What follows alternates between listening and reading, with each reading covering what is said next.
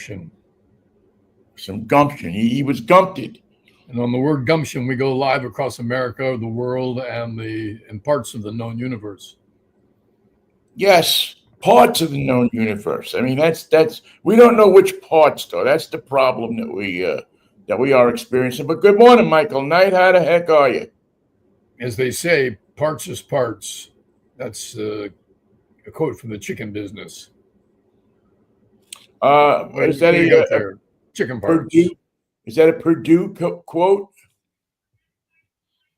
Boilermaker, we know. Purdue? Yeah, indeed. You know, he's got a son that looks just like him that does the commercials now. It's kind of creepy, actually. Yeah, that does not renew our faith in genetics. Yeah, he got.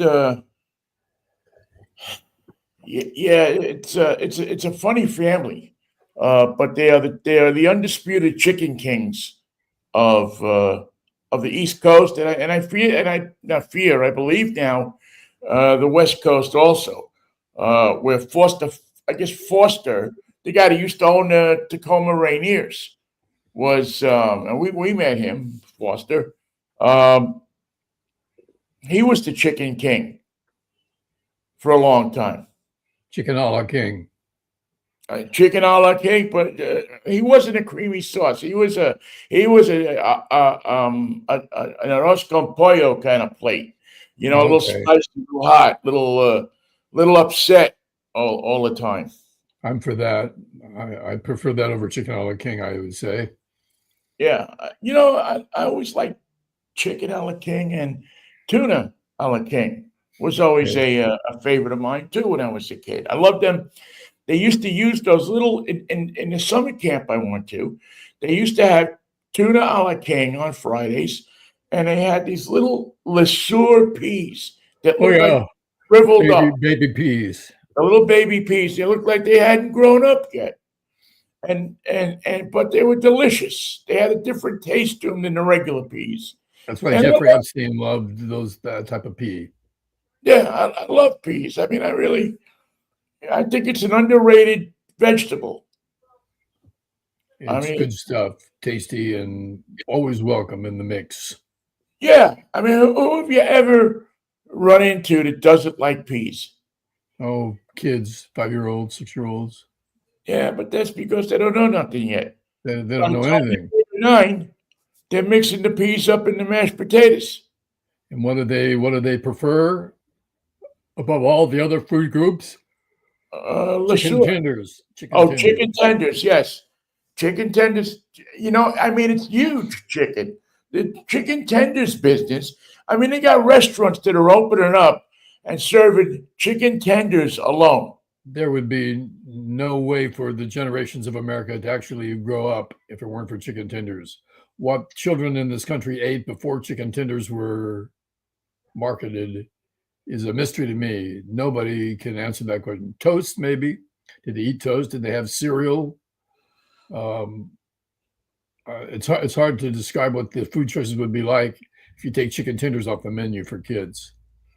Well, they fill a need for both kids and parents. Yes. For kids, they're tasty. They fit in their hand, especially the little ones that look like the dinosaurs or the Barney, I guess, or Dino or whatever they are. Triceratops. Yeah, they fit in the hand. You can dip them in stuff, ketchup, mustard, Thousand Islands jelly. You could dip them in jelly if you wanted to. I wouldn't advise it. It's not my favorite thing, but I'm not a kid. Acclimate yourself to hot sauce. Work the hotter sauce as you grow older. Yeah. Your 7th birthday, you try some hot sauce. 8th birthday, you're into Thai, extraordinary green pepper sauce.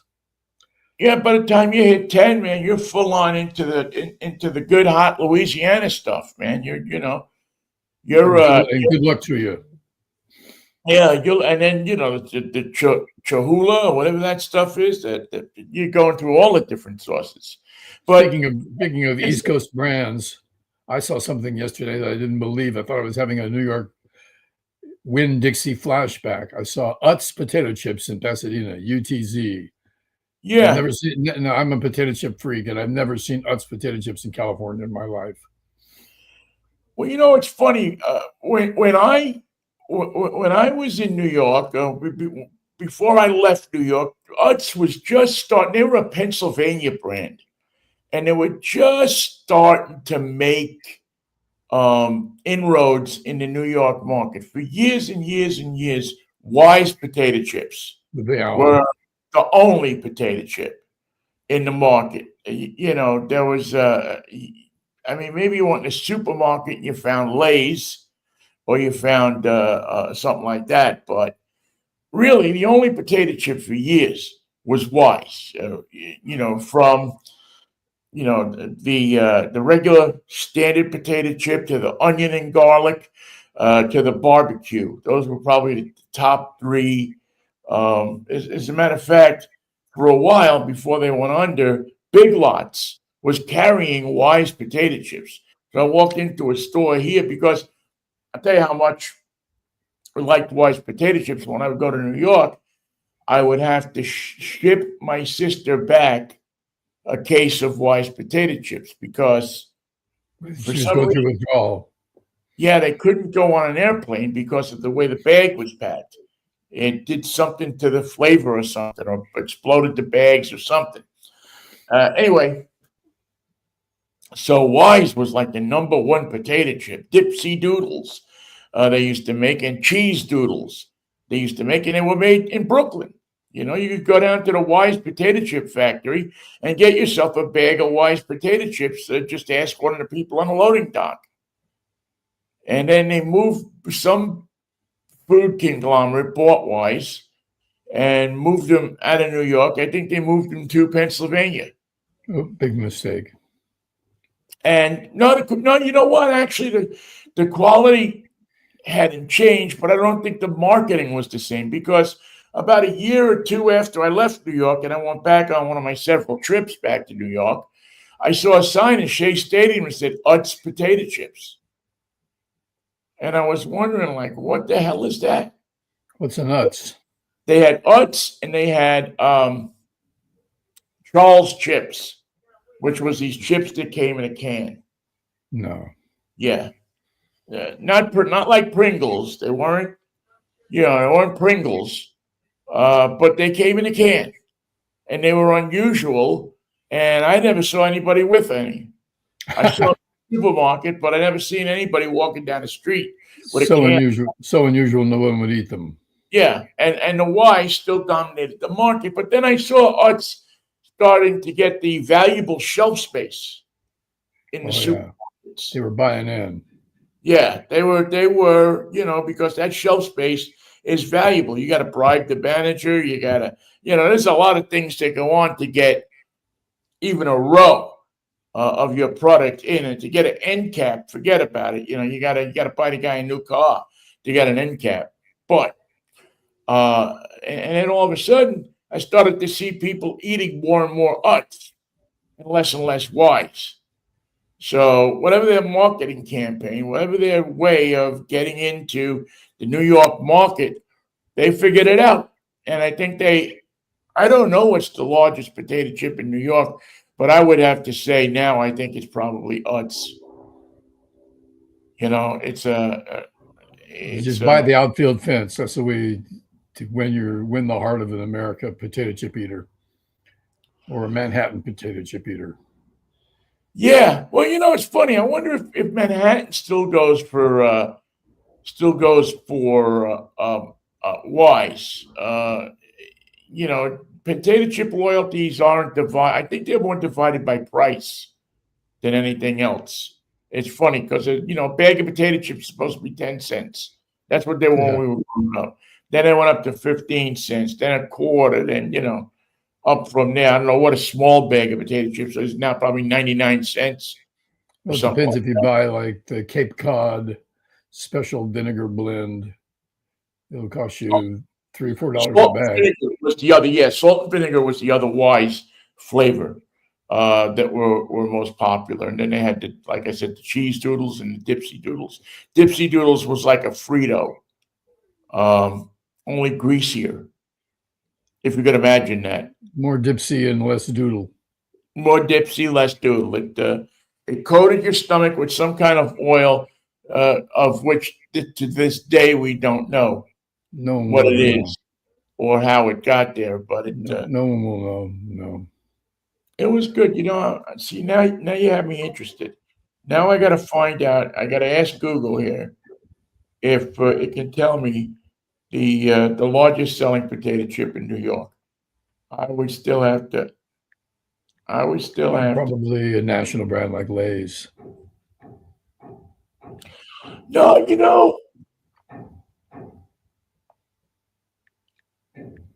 I don't think Lay's, and again, it's probably all different now, but Lay's really tried to make inroads because they just had started coming out when I was sixth grade, no, not even like fourth to fifth grade, 65, 66 is when Lay's became a prime age for potato chip consumption. Yeah, actually, yes, very much so. And Lay's was a local Texas brand and moved to the national distribution. And they never really, I think the New York market is very loyal when it comes to that kind of stuff. Largest selling potato chip in New York City. Okay, let's do New York City. Michael, you're right. Well, we got so many schmucks from other places in New York. That's the problem.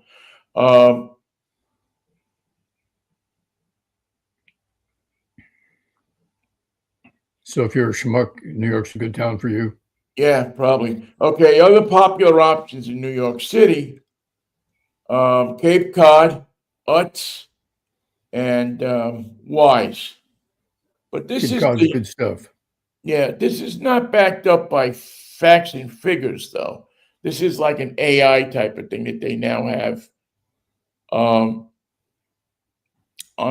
top of when you do a Google search. Yeah. So I don't know. I don't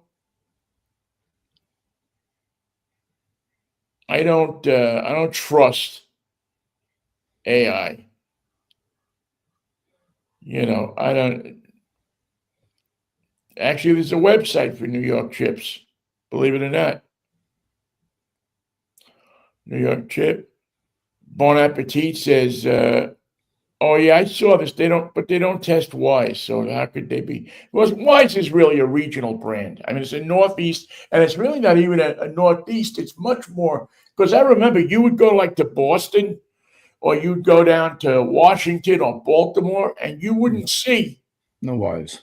You wouldn't see Wise potato chips. They were strictly a New York thing, New York, Northern New Jersey type of thing. There was a different. I think Utz might have been popular in Philadelphia before they were popular in New York. To go with your cheesesteaks.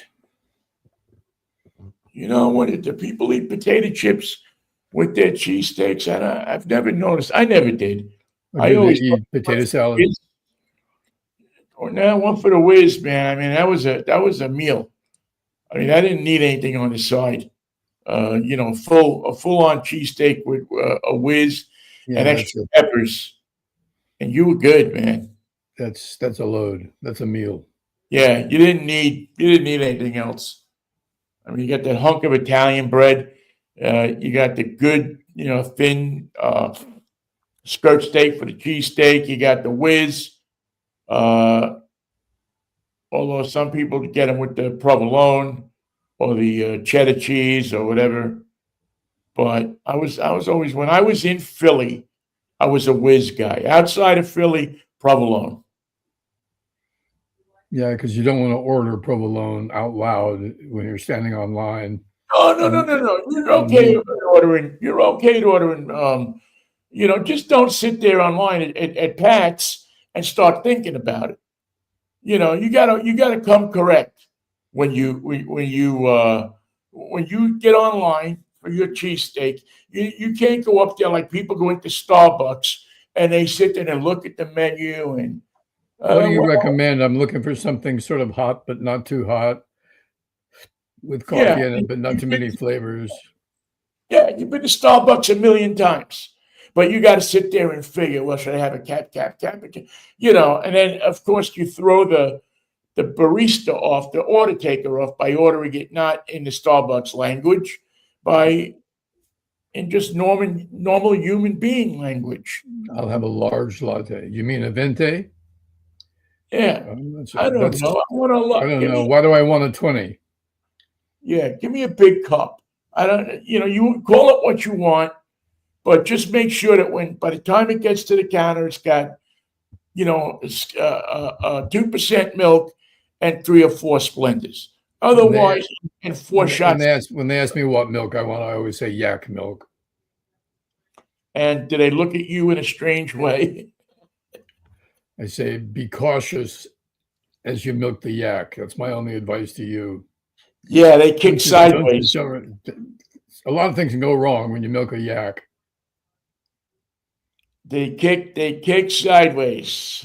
That's all I can tell you. You didn't think they could do it, but that yak kicked me into next week sideways.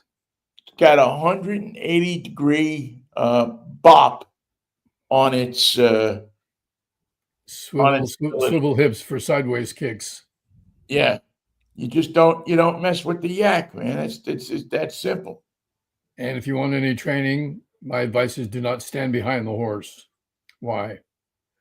Well, I'm not going to tell you why. I'm going to give you my advice. Don't stand behind the horse. If you can't trust me on this, you can't trust me. But good God, you'll find out if you get close to the horse. And I know people who the horse loves me. It does, but it wants to keep an eye on you. Well, the best one is the guy that gets kicked and knocked down and then shit on at the same time. That's an unfortunate day. That's a day where everything conspired against you. And those horses, they don't just drop; they projectile. Some of them, not all of them. Well, and then there's the mule. Does a mule kick harder than a horse? Are they sturdier and closer to the ground, more apt to kick you not just the next week, but 14 days down the line, maybe in the next month? I don't know, Michael. That'd be interesting test. Who would we get to test that for us? Because you need somebody stupid enough. Mike Johnson from Louisiana would help. I would like to see him kick in the next week. Yeah, well, he's gotten kicked by a mule a few times, I believe. Yeah, I believe. And it's messed with his ciphering ability. I believe that man has gotten a few shots in the noggin from a horse, and probably had his head up a mule oh dear is all I can say. Or a steer, or some kind of prime beef just to check it out, just to see what's in there. Maybe an elk. That's probably when you're a kid on a farm in Louisiana, that's probably one of the mysteries of life. Like, what's in there? It's so important. In New York, we wonder what's in the Holland Tunnel.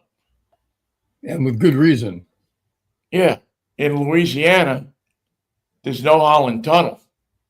No. So it's a different neighborhood entirely. And then in what is it, 4F? No. What's the 4H and the FFA, Future Farmers of America. A lot of them probably 4F. They have a thing that they like to stick their hands up the butt of the calf, or the cow, or the whatever animal It is. There's a big thing. Don't try that with a monitor lizard or a Komodo dragon. Yeah, they'll snap you right off. They don't kick like a horse or a mule, but they do have a defense mechanism that you might not enjoy meeting. They turn you around. They use their body weight to turn you around and knock you down. Long slappy tail, knock you right off your feet, knock you off your pins. The next thing you know, you are seeing what's inside of them, but not from that end.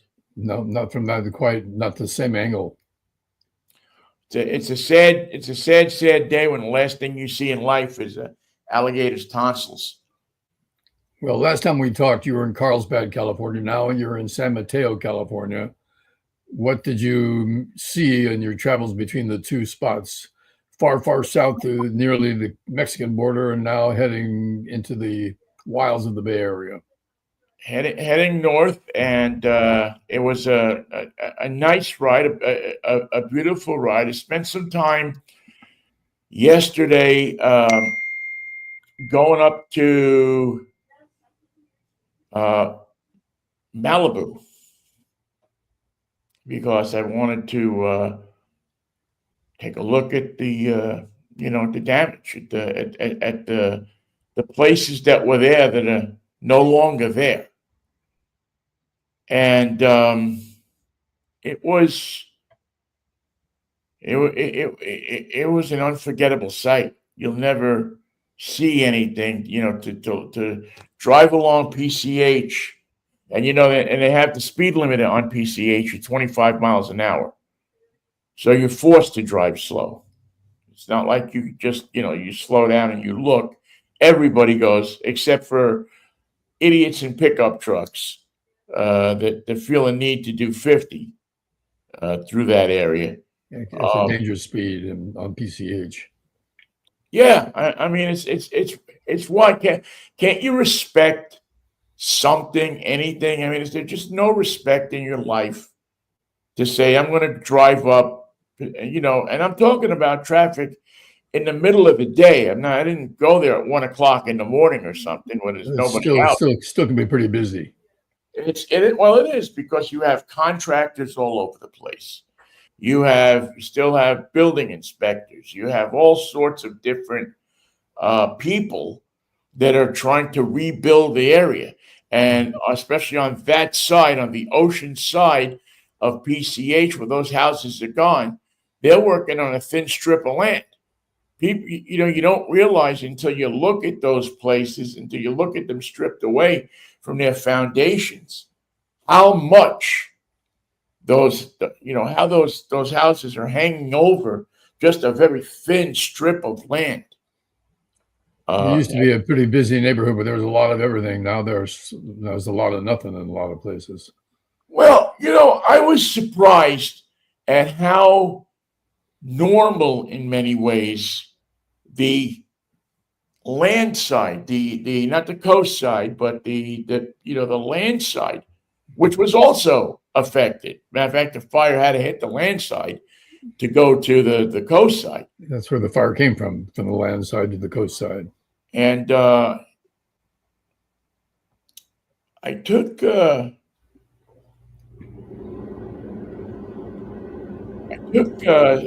video. Let me see if I can get it to go here. Just some. I started out at the Malibu Pier, which luckily was untouched, and so it was really, nice to see that. And everything looks normal when you're standing there.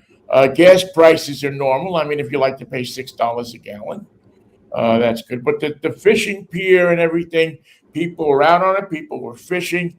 But as you start to go down PCH, or this is down PCH, you start to see just the devastation. I mean, this is foundations of houses that were there a year and change ago. Yeah. And there's, it's all screened off, cut off, and these houses are gone. I think, I'm not sure, but if I remember my Malibu geography right, one of these houses was Johnny Carson's digs, one of his houses. I believe that in that particular stretch of Malibu, that was just devastatingly burnt. Again, this is all right down to PCH. It's just amazing how much it's gone. But you see there the ridge, you see the stilts that these houses were built on there, and you see the ridge of the houses are really built on nothing. Now I'm thinking that these people left this up as kind of an indicator of what was what burned, what was gone, what was taken from them. Yeah, it's odd that just those couple of lots there where they left the wreckage. Yeah, they left that, and there's another one coming up here that you'll see with this one here with really big wreckage on it, including a couple of cars. But this is, and I think, and I couldn't find anybody to really ask him what was the significance of leaving this like it was, but it appeared that this was left by people so that you could see the damage that was done. That it wouldn't be all cost a fortune to clear a deck. To clear the lot, down to the sand like that.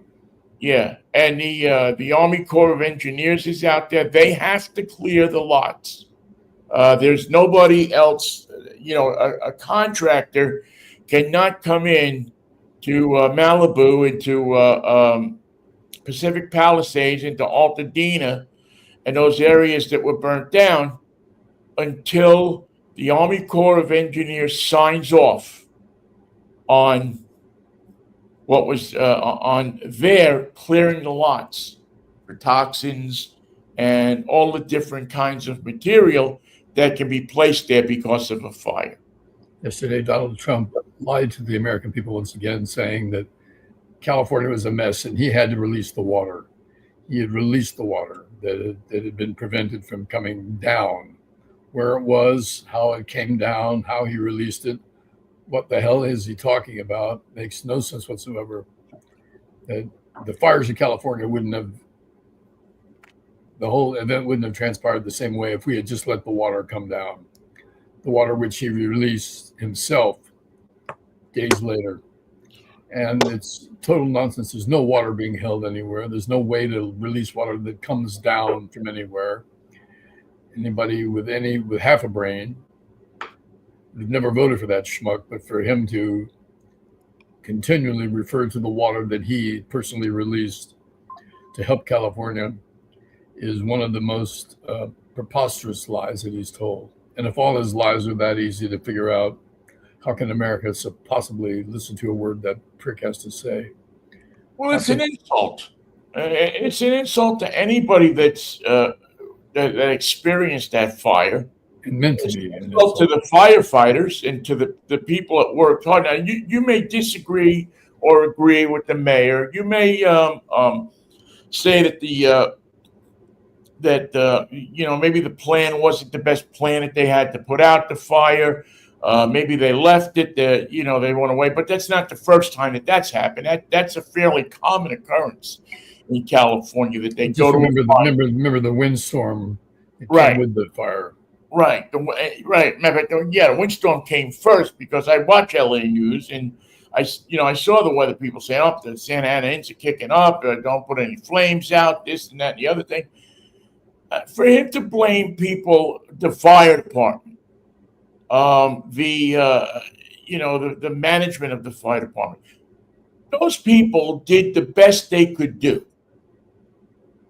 I think, and again, I'm not there, so I don't know everything, but it appeared to me, as an outsider's perspective, who was watching it pretty closely, that those firemen and those people that went in there did the best they could do. And remember, the fire was spreading so fast that you couldn't outrun it. It would blow across the street, then across another street, then a block away, then 2 blocks away, then 10 blocks. Embers being blown at 60 to 80 miles an hour, where there was no respite, no break, for hours and hours of windstorm and fire all over LA. Yeah, look at those people who tried to get out, and they were told, "Get out of your cars and run." And good luck to you.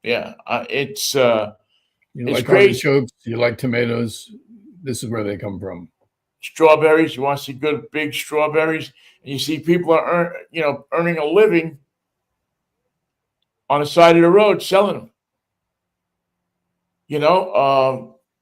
It's a very industrious state. People in this state, for the most part, hustle. You have to hustle to live here. You have to have some kind of hustle to live here. Um, Downsides, I don't know. I got very disenchanted yesterday. We're driving up on 101, taking kind of the scenic route, and we stop in a Jack in the Box somewhere near Santa Maria, which is this little town, not a little town, but a town on the way up to San Luis Obispo. It's North of Santa Barbara, south of San Luis Obispo. Santa Barbara. Uh, by the way, Santa Barbara is amazing what they've done with 101. I remember when I used to go to Santa Barbara, you had a traffic light. You had to go through town. Light to cross. Yeah. It was, that was Santa Barbara, to go down to the beach, cross State Street. You had if you wanted to eat breakfast at Sambo's, you had which had a, $1.49 breakfast, you had to go down there. They were trying to get business in because the tide was turning on their name quickly. Never have a guy Sam and a guy Bob had so much trouble in life than the two guys that decided to say, let's call it Sambo's. What could go wrong? What could happen? But anyway, we went to this Jack in the Box, and so I got to use the bathroom. So I walk in and I say, "Can I have, you have to have the combination." So the woman says to me, a young woman, probably in her, 18, 19, 20 years old, she says, "Well, the bathrooms are only for customers." So I says, "Okay, I'm going to buy something. Can I have the combination so I can go?" "No, I can't give you I won't give you the combination until you buy something." Wow. And I'm like, you got to be freaking kidding me. And so I said, "So what's the cheapest thing on the menu?" And of course, it's 2 tacos. So I said, "All right, give me the 2 tacos." All right, now she gives me the combination, the number. So I go, almost pee my pants. I come out, and this is by the road. So the next people come in, and she says to this woman says to the woman behind the counter, "Can I have the combination to the bathroom?" And she says, "No, you got to buy something." I just say 10307. Then somebody else comes in, and I go 10307.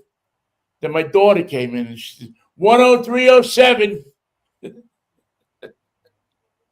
And I gave the code out to 5 or 6 people, hoping that I would cost them, 5 or 6 customers. And that this woman would just see how insanely stupid that policy was. And I understand that homeless people come in and they use the bathroom and they make a mess. And not to say, well, because I look one way or something, but I'm not carrying 2 shopping bags with me. I'm, fairly well dressed. I look like somebody who's going to buy something. Roll the dice. Make an old man with a cane happy. The funny thing is they trained that employee to say what she said to you without any regard for the damage that it did to the relationship. Before you even order your tacos, already Right. You're pissed off. Right. Already you're not a valued member of the taco family. You're an outsider till they say, "Oh, I can give you the number now. You gave me $2.98, and that's what it's going to cost to get the truth out of me." Because we have rules. What would it be without the rules? Where would we be as a nation? Where would we be as a restaurant? We have to adhere to these rules. They're very simple. Nobody eats till they buy something. Nobody pisses until they buy something. You can't use our facilities to the full until you've actually paid your way. you got to do the St. Vitus dance in the lobby for us before, you got to do this number where you got to go so bad that you're feeling it up in your throat. But this woman wasn't Wasn't going for that. wasn't doing it up. She knew what was on the, she was like that woman a few weeks ago from my accident. When I had the accident, the only thing she knew was that she couldn't serve me until she got even though I was hanging off the side of a mountain, she couldn't help me until I gave her the vehicle identification number. It wasn't about being a human. And that's like 16 digits. Yeah. Oh, yeah. I mean, you have to reach for your, normally you would have to reach into the glove compartment or into your wallet and get the card out and read the number. Now, I'm hanging off the side of a mountain, worried. I'm telling her, I'm sitting precariously on the side of a mountain. I think this thing is going to go over. Can you please send a tow truck with a winch to secure the vehicle? No. So I don't, and she's like hearing none of it. She's absolutely hearing none of it. And therein, Michael, lies a big part of what's wrong with America. People are not taught to think for themselves. People are not taught to respond to an emergency. People are not taught these days. It's what's on the card and nothing else. And if it's not on the card, you can't. And rare is the person that you meet in the service business, and we're a service economy. Rare is the person that you meet in any kind of situation where they can go on their common sense and what seems to be right. They have to ask you in order, did you turn the computer on and then turn it back on again? Yes, I did. But did you turn the computer on and then turn it back on again? Yes, I did. We've done that. Yeah, America has lost its ability to respond. Now we have people that are trained to respond. We have people that are, first responders and emergency room personnel. Those people seem to have a lot of common sense. I would think that you have to have common sense to be in that job. They know how to cut to the chase. But you also have a large number of dispatchers to these people that are, I mean, how many times do we hear stories of a dispatcher that's hung up on somebody or, said, well, you'll have to call us back with the actual, address. If the guy's beating you up, you have to tell him to hang on, go outside, look at the house number, and call us back. We can't just dispatch somebody to the block where they might hear the screams. That's not enough. That's not how we work. It's not how we work. We have to have an exact house number and an exact apartment number. So they want to know who to break down. Those people always say, "I need you to do something for me. Here's what I need you to do." Yeah. When you're calling them saying, "I need you to do something. I need you to send an ambulance." No, I can't. I can't proceed with that. Here's what I need you to do for me. I need you to identify the street you're on. Is there bleeding? Is it arterial bleeding? Is it spurting? Is it dripping? Is it oozing? I need just a few more details for you before I can send someone to help. Yeah. And by the way, our wait time is 20 minutes. Yeah, it's amazing that we're just getting more and more, and I think that has to do with more and more corporations running things instead of mom and pop shops. More and more people who just, they're there to earn their, there's almost like a feeling of, well, I don't have to act. If I get fired, I don't care. I'll get another job because the wage is so low. I mean, what can you be making working at a Jack in the Box? Minimum wage, just above. and there's 75 fast food places on the strip there. So of course you're going to find another gig. And remember to keep the code to the bathroom secret.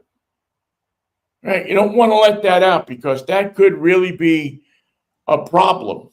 Because if somebody got into the bathroom who was by some chance doing something nefarious in there, and you call the cops, you'd have to have the exact address of the Jack in the Box to give to the cops. Otherwise, can't they respond. won't come. How do you expect the cops to know where you are? They're not mind readers. Yeah, you can't say Jack in the Box just off of I-5 on Schmedley Road. You got to know what number on Schmedley Road. And is that Schmedley Road in Santanella, or is that Schmedley Road in Carpinteria? Oh, that's Schmedley Road is in, I think, South Santa Maria. Mhm. So, and it's North Schmedley Road. I didn't even get off there, but it was a nice ride up. Grapes have certainly taken over the agricultural. Yes. What used to be cornfields and wheat fields. Enough to the end of time. If you want to know, you can grow wine grapes anywhere in California. Just do it. Yeah, I'm starting to think you can grow them anywhere on the coast, because I see them in Oregon, I see them in Washington, and the wine grapes that were. I mean, it was just literally,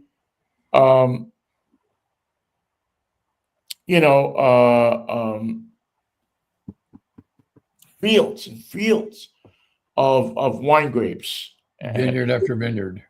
Yeah, especially around Buellton, which is where the other Anderson's Pea Soup restaurant is, and where they filmed one of my favorite movies of all time, Sideways. And that's where Happy and Pee Wee do their work. Yeah, as a matter of fact, they have a sign at, I think it's the Andersons, or maybe the place next door, Sideways filmed here, because there's evidently a cult of people, of course, that have watched Sideways and want to retrace the steps of those two wacky dudes and their hot girlfriends as they enjoy one last week of unmarried bliss. Did you stop at the Madonna Inn?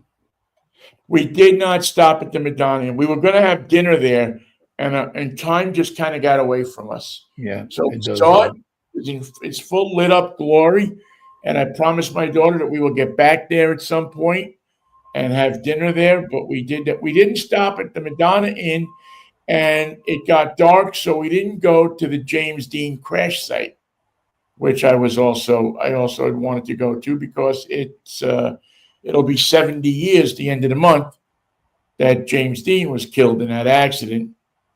September 30th, 1955, 9/30/55. And you can't get a spider anymore. You just can't get them. Well, you can get a replica.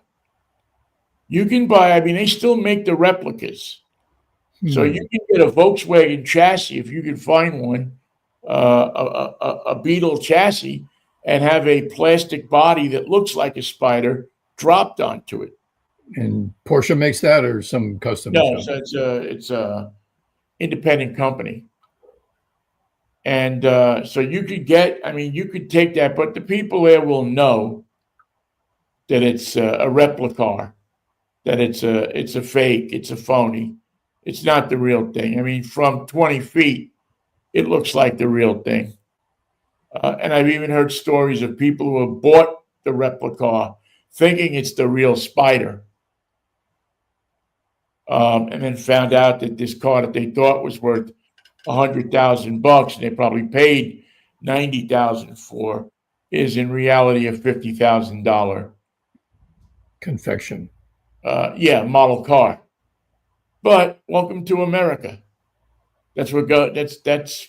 What did you think was going to happen? Yeah, it's buyer beware. If you thought you were getting a deal on a 1955 356B, a Spider, there's no deals to be had. There's no deals to be had. You pay straight up what the car is worth, unless you have a friend that loves you and owns one of those cars and loves you so much that he's going to say, "Here, I'll give it to you for what I put into it, or I'll give it to you because you're a nice guy, or I'll give it to you because you married my daughter, or I'll give it to you because you've helped me out all these years." I'll give it to you because you knew the code to the Denny's bathroom. To the Jack in the Box bathroom, yes, Yeah. in Buellton. Actually, you know what? I said Santa Maria, and it wasn't Santa Maria. It was in Buellton that this happened. So I'm sorry, Santa Maria. And sorry, Lompoc, that we left you out of the discussion entirely. Well, I strangely, if I had time, I actually wanted to motor over to Lompoc and just drive by the. I'm forgetting, but several, if I remember right, a few Husky stars spent some time there. In jail, or just it was their home? No, I thought in jail, and I think, if I'm not mistaken, Napoleon Kaufman is from Lompoc. That's his home, if I remember right. I do not remember that, but good for him. Yeah, and again, I may have misspoke. I don't know if the Husky Stars spent time there or were from there, but they spent time. I don't think they spent time in the prison. But somebody associated, a couple of people associated with sports gambling, spent time at Lompoc. It's it's a country club. Yeah. Timothy Leary was there. I think they got a golf course there. I mean, it's not a hard time federal prison. It's not Alcatraz. It's not the Alligator Alley or whatever they call it. Alligator Alcatraz. Which translates into alligator pelican. Now, I saw yesterday, and I don't want to be crappy about this or anything, but I saw yesterday where the federal court said that Trump's occupation of LA was illegal. Yes, the use of the troops was illegal. Right. Is that going to stop him now in the future, or he'll just say, "Okay, you can say whatever you want to say. I'm doing what I'll do." What point does an Army commander say, "This is illegal. We're not going"? I don't think the Army commanders will offer any debate on the matter. I think they'll just take their orders and do it. And the truth of that statement will be in the fact that he's going to order the troops into Chicago at any hour now, because all the press today is about Jeffrey Epstein once again. So to change the subject, he's going to have to get the troops moving into Chicago. And the spineless American military, with their idea that obeying orders is the height of their loyalty and proof of their abilities, is in fact a test of their abilities. And to obey these orders is a it's a conundrum, I would imagine. A fucking nightmare. Yeah, I mean, it's got to be a conundrum, because you're trained, you're taught, your whole career is about obeying orders. Yes, sir. Yes, sir, from a superior, and all of a sudden you're confronted with a something that could get you killed.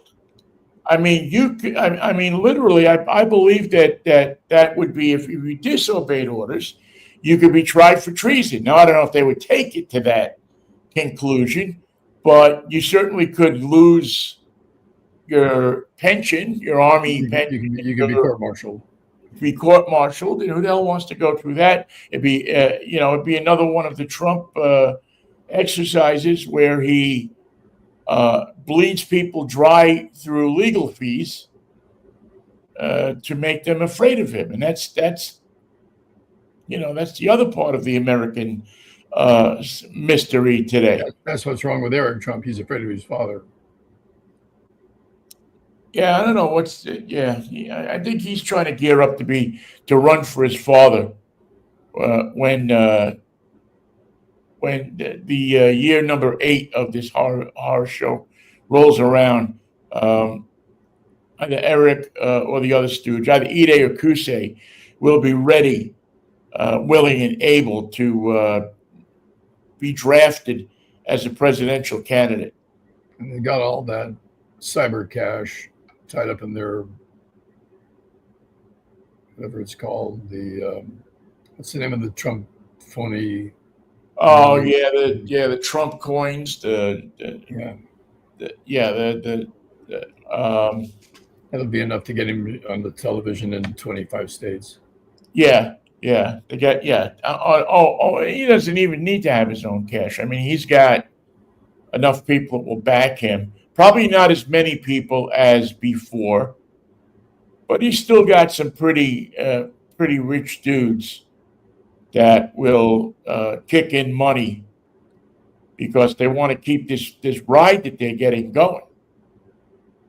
And Uh, the $50 Bibles are a good way to go.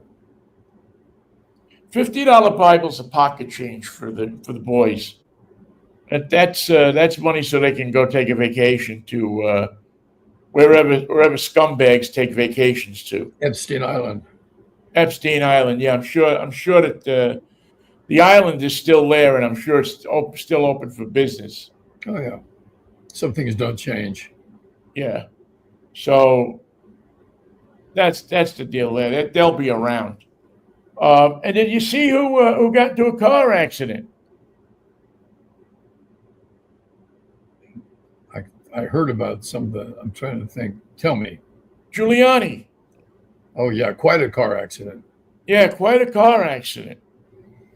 You get hit from the back in New Hampshire or someplace. Well, there's a lot of people get hit in the back in New Hampshire. It's a Okay. popular place for it. It's a trend. It's a hit your back kind of place. Don't slow down on the interstate. Stay off the frontage roads. Lots Frontage of roads are people dangerous get place. tapped in the rear in that state. It's a fact of life. Horrible. Yeah, so he's. I guess he's got a car, and I guess they didn't take that away from him. I think that's probably totaled. Yeah. Or if you know Rudy, it wasn't his car. He was driving with some supporter, some lackey. Yeah, somebody was driving him around. I don't think Rudy drives anywhere on his own anymore. He probably has some kind of security. Well, he probably has his buddy Kerrick tossing up some security for him. Police commissioner in police commissioner and convicted hump. Well, also while we're looking at the headlines, the big dumper hits number 51. Yeah, it's fun to watch. I think they lost to Tampa Bay, if I'm not mistaken. I think it was a 1-run game or something. I forget, but boy, oh boy, he's just something to watch, man. I mean, he is good. He'll take a lot of people's mind off of if they don't get into the playoffs. Which I think they're going to make the playoffs, but if they don't, at least you have it's back to 1993. At least we have the big unit. At least we have Ken Griffey Jr. We have some things that will entertain you. We may not win a pennant, but we'll play some decent baseball. We'll beat the Angels. We'll beat the Angels. And who knows, if we get lucky one year and the club decides to go for it, if Woody can go up there and convince Chuck Armstrong and John Ellis to send some money down the pipeline, maybe we won't trade Tino this year, and we won't trade this guy this year, and we'll see what can happen, and we'll have another 1995. I wonder where Tino is. What's he doing? I just saw something with him. I think he might have been there for the think he might have been there for Ichiro's thing, but I don't know what he's doing. I know that he's